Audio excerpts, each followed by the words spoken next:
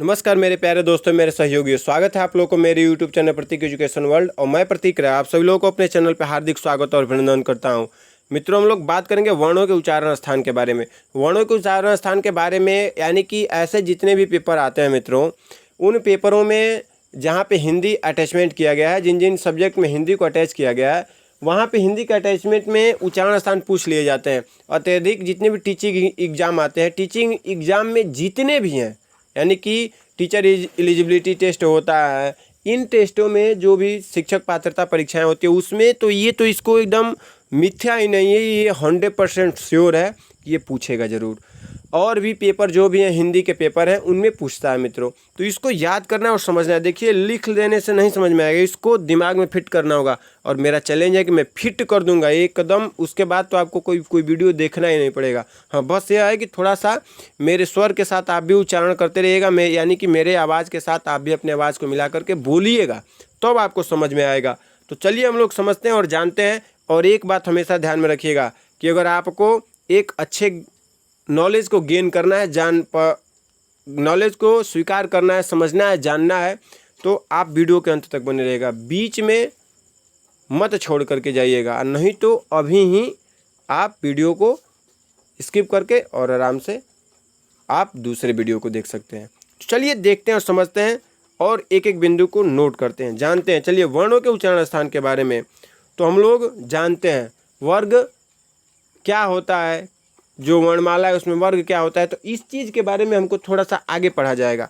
अभी पढ़ा गया है, एक वीडियो आपको अपलोड मिलेगा चैनल पे, उसको देखिएगा तो आपको समझ में आ जाएगा। तो चलिए हम लोग जानते हैं कि कौन से वर्ड, जैसे क है, क लिख दिया जाता है मित्रों, तो क। अब क का पूछा है कि ये बताइए क कहाँ से बोलते हैं आप? जो बोलते हैं मुँह से जो आवाज़ निकल जा रहा है, ये निकल रहा है, तो आपका आवाज़ कहाँ से निकलता है? मुँह से निकल रहा है, जीभी से निकल रहा है, कि दांत से निकल रहा है, कि ओठ से निकल रहा है, कहाँ से निकल रहा है? तो इसी चीज़ के बारे में जानकारी लेना है। बोलते बोलते तो हम लोग आवाज़ लगाते लगाते अनुमान लगाते रह जाएंगे, लेकिन हमको पता नहीं हो पाएगा। तो चलिए, इस क का उच्चारण स्थान क्या है, तो इसी चीज़ को समझा जाएगा और जाना जाएगा।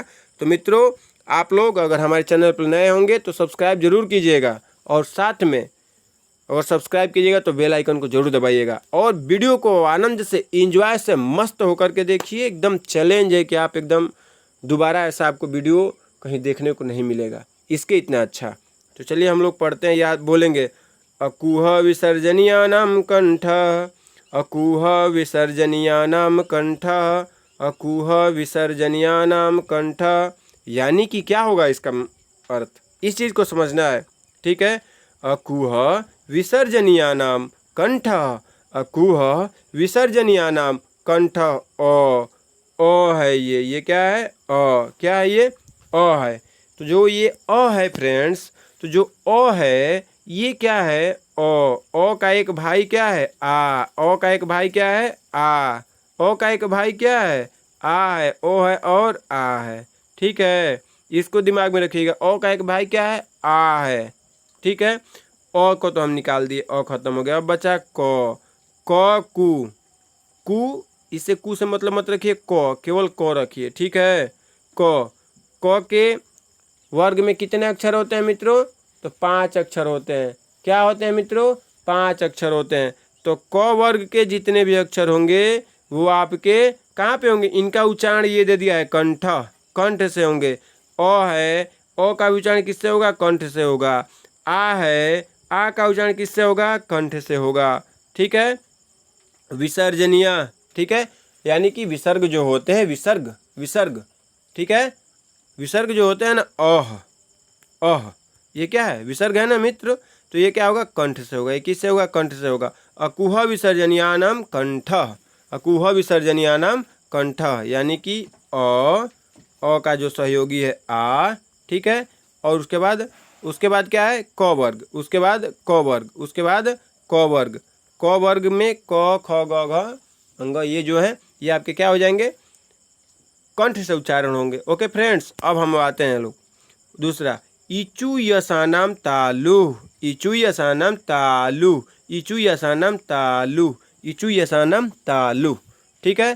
कैसे करेंगे इसको हम लोग? तो देखिए, ई है ना, ई का एक बड़ा सहयोगी क्या है? बड़ी है। ये दोनों सहयोगी है ना, ई और बड़ी, छोटी ई और बड़ी। इनका उच्चारण किससे होगा? तो तालु से होगा। इनका किससे उच्चारण होगा? तालु से। चलिए ई हो गया। उसके बाद आ गया चू।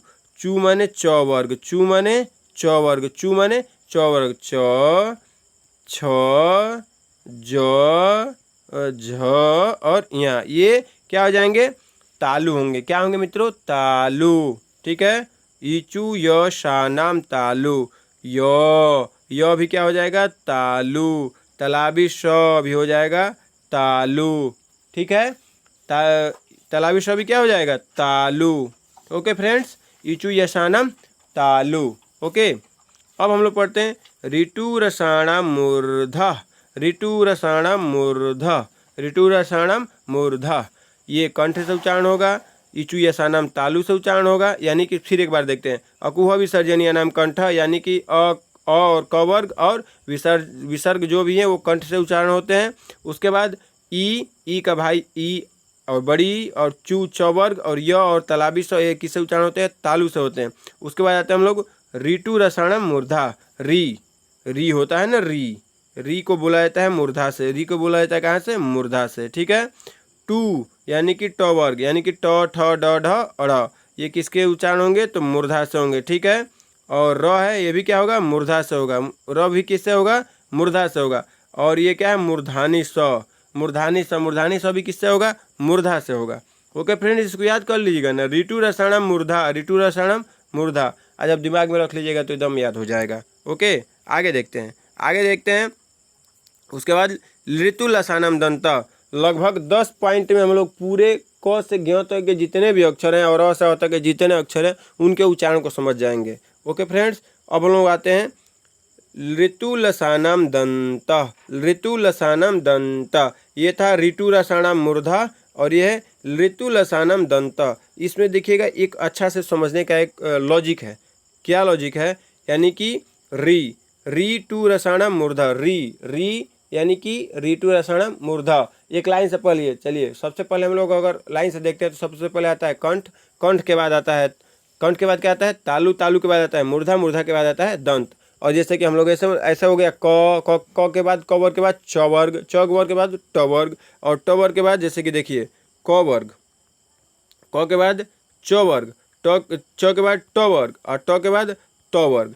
और उसी तरह से क्या होगा? पहले कंठ, ठीक है, कंठ, ठीक है, उसके बाद त से तालु, उसके बाद म से मूर्धा, और उसके बाद द से दंत, कत मद। ठीक है, तो इसको ना ध्यान देते हुए हम लोग मुख्य तरीके से समझेंगे कि पहले हमारा कंठ, उसके बाद तालु, उसके बाद मूर्धा, उसके बाद दंत। तो ऋतु लसानम दंत, ऋतु लसानम दंत, यानी कि री का उच्चारण किससे होता है? दंत से होता है। री का उच्चारण किससे होता है? दंत से। तू यानी कि तवर्ग, तवर्ग में तथ दध न, ये किससे उच्चारण होगा? दंत से होगा। किससे उच्चारण होगा? दंत से होगा।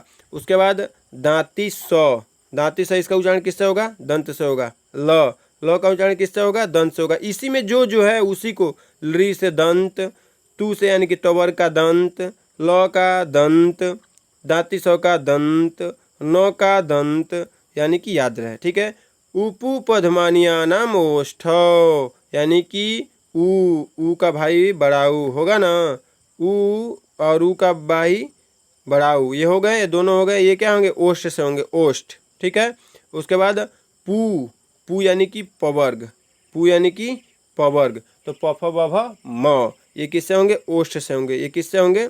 ओष्ठ से होंगे। ठीक है, और ये क्या होंगे? ओष्ठ से होंगे। ठीक है मित्रों, उसके बाद आता है आगे यमंगणनानाम नासिका च, यमंगणनानाम नासिका च, यमंगणनानाम नासिका च, यानी कि य म अंग अण और न, ये पांचों का किससे उच्चारण होता है? नासिका से होता है। किससे उच्चारण होता है मित्रों? नासिका से होता है। यमंगणनानाम नासिका, यमंगणनानाम नासिका, इसको याद कर लीजिएगा आपको, तो आपको एकदम कन्फर्म हो जाएगा, आपको एकदम जिंदगी भर के लिए याद हो जाएगा। बस थोड़ा सा इसको 1-2 बार रिपीट कर लीजिएगा, उसके बाद तो मज़ा आ जाएगा। उसके बाद आता है हम लोगों को ए दयतो कंठ तालु, ए दयतो कंठ तालु, ए दयतो कंठ तालु, इसको बोलते रहिएगा। ए दयतो कंठ तालु, ए दयतो कंठ तालु। ठीक है, ए और ऐ, ए और ऐ, ए और ऐ, ए और ऐ, इनको कहाँ से बोला जाता है? कंठ और तालु से, कंठ और तालु से, कंठ और तालु से। ए कंठ तालु। एक चीज़ ध्यान में देखिएगा, सबसे पहले हमारा क्या आता है, कंठ आता है। सबसे पहले क्या आता है, कंठ आता है। कंठ के बाद लाइन से आगे बढ़िए तो कंठ के बाद आता है तालु, कंठ के बाद क्या आता है, तालु। और सबसे पहले क्या आता है, ए और ऐ आता है। सबसे पहले ए और ऐ आता है ना, तो उसी तरह से उसको याद करिएगा। ए जाए तो कंठ तालु। ए ऐ किससे बोले जाते हैं, तो कंठ और तालु से बोले जाते हैं। ए ऐ के बाद क्या आता है, ओ आता है ना, तो ओ यानी कि सबसे पहले कंठ आया था तो कंठ तालु था, तो कंठ है, तालु के बाद क्या आएगा, ओष्ठ आएगा। क्या आएगा, ओष्ठ। कंठ तालु के बाद क्या आएगा, ओष्ठ आएगा। तो ए जाए तो कंठ तालु, ए आय का कंठ तालु, और ओ का क्या होगा, कंठ ओष्ठ। क्या होगा, कंठ ओष्ठ। ये बड़ा महत्वपूर्ण है, इसको एकदम इम्पोर्टेंट बना लीजिएगा मित्रों। ये बहुत महत्वपूर्ण है, इतना महत्वपूर्ण है ना कि अब उसको हम क्या बताएं।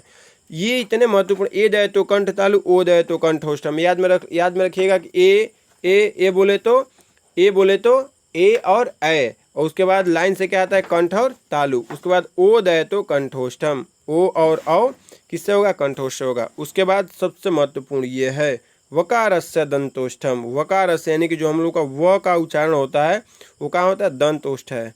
वो का उच्चारण स्थान क्या है, दंतोष्ठ है। वो का उच्चारण स्थान क्या है मित्रों, दंतोष्ठ है। और नासिका क्या है, अनुस्वारस्य। नासिका अनुस्वार जो भी होते हैं, ये जो अंग के मात्रा हैं, ये नासिका से प्रयोग किए जाते हैं। कहाँ से प्रयोग किए जाते हैं, उच्चारण किए जाते हैं, तो नासिका से उच्चारण किए जाते हैं। ओके फ्रेंड्स, तो देखिए क्या है, इश्क किसी से करो बेपनाह करो, लेकिन किताबों की आशिकी का मजा है कुछ और है। इश्क ज़्यादा नहीं, किताब ज़्यादा बनो। ओके फ्रेंड्स, समझिए, इश्क किसी से करो बेपनाह करो, लेकिन किताबों की आशिकी का मजा है कुछ और है। इश्क ज़्यादा नहीं, किताब ज़्यादा बनो, ज़िंदगी का मज़ा है कुछ और है। ओके फ्रेंड्स, तो एक बार फिर इसको रिपीट कर लेते हैं, ठीक है। थोड़ा सा आप बोलिएगा, ठीक है। अकूह विसर्जनीयानाम कंठ, अकूह विसर्जनीयानाम कंठ, इचुयसानाम तालु, इचुयसानाम तालु, इचुयसानाम तालु। उसके बाद ऋटुरसाणाम मूर्ध, ऋटुरसाणाम मूर्ध, ऋतुलसानाम दंत, ऋतुलसानाम दंत, उपुपद्मन्यानाम ओष्ठ, उपुपद्मन्यानाम ओष्ठ। उसके बाद है यमगणनानाम नासिका च, यमगणनानाम नासिका च, यमगणनानाम नासिका च। ए दय तो कंठ तालु, ए दय तो कंठ तालु, ओ दय तो कंठोष्ठम, ओ दय तो कंठोष्ठम, वकारस्य दंतोष्ठम, नासिका अनुस्वारस्य, नासिका अनुस्वारस्य। अब लाइन से इसको हम लोग कैसे फिट करते जाना है, तो सबसे पहले अ आता है, हाँ आता है। और सबसे पहले क आता है, हाँ आता है। तो अ क कंठ, सबसे पहले हम लोग बोलेंगे तो कंठ आएगा। बोलने वाला जो हम लोग का मशीन है, ठीक है, तो कहाँ से चालू होगा, कंठ से होगा। तो सबसे पहले कंठ आएगा, तो याद रख लीजिएगा। सबसे पहले हम लोग नंबर बनाते हैं, उसको छोड़िए, पहले एक नंबर हम लोग बनाते हैं। नंबर सबसे पहले आता है हमारा कंठ, सबसे पहले कंठ आता है कि नहीं आता है, आता है। उसके बाद आता है हमारा तालु, तालु आता है कि नहीं आता है, तालु आता है। उसके बाद आता है हम लोगों का क्या होता है, मूर्धा। उसके बाद क्या आता है, मूर्धा। उसके बाद क्या आता है, मूर्धा। मूर्धा के बाद क्या आता है, दंत। मूर्धा के बाद क्या आता है, दंत। और दंत के बाद आता है ओष्ठ, दंत के बाद आता है ओष्ठ, ठीक है। यानी कि कंठ, तालु, मूर्धा, दंत और ओष्ठ। लाइन से उसी तरह से सबसे पहले इसमें क्या है, इसमें क्या है आपको, अ है ना, अ पहले, ठीक है। तो अ पहले यानी कि कंठ। एक एक मुख्य चीज़ इसमें से याद कर लीजिए, उसके बाद तो एकदम दिमाग में फिट हो जाएगा, ये ध्यान में रख लीजिएगा। ओके, देखिए अब क्या है, ई क्या है, बाद का है, तो क्या है, तालु में आ जाएगा। और ई, इसको याद कर लीजिएगा तो एकदम दिमाग में फिट हो जाएगा। अ कुह विसर्जनीय नाम कंठ, कंठ कु से कवर्ग, विसर्जनीय यानी कि विसर्ग, कंठ से बोले जाते हैं। अ भी कंठ से बोला जाता है, क वर्ग भी कंठ से बोला जाता है, और विसर्ग भी है वो भी कंठ से बोला जाता है। ई को कंठ से बोला जाता है। चू यानी कि चौवर्ग भी, सॉरी, ई है, ई को बोला जाता है तालु से। चू वर्ग यानी कि चौवर्ग है, चौ को तालु से बोला जाएगा। यह है, यह को तालु से बोला जाएगा। तलाबिस है, उसको भी तालु से बोला जाएगा।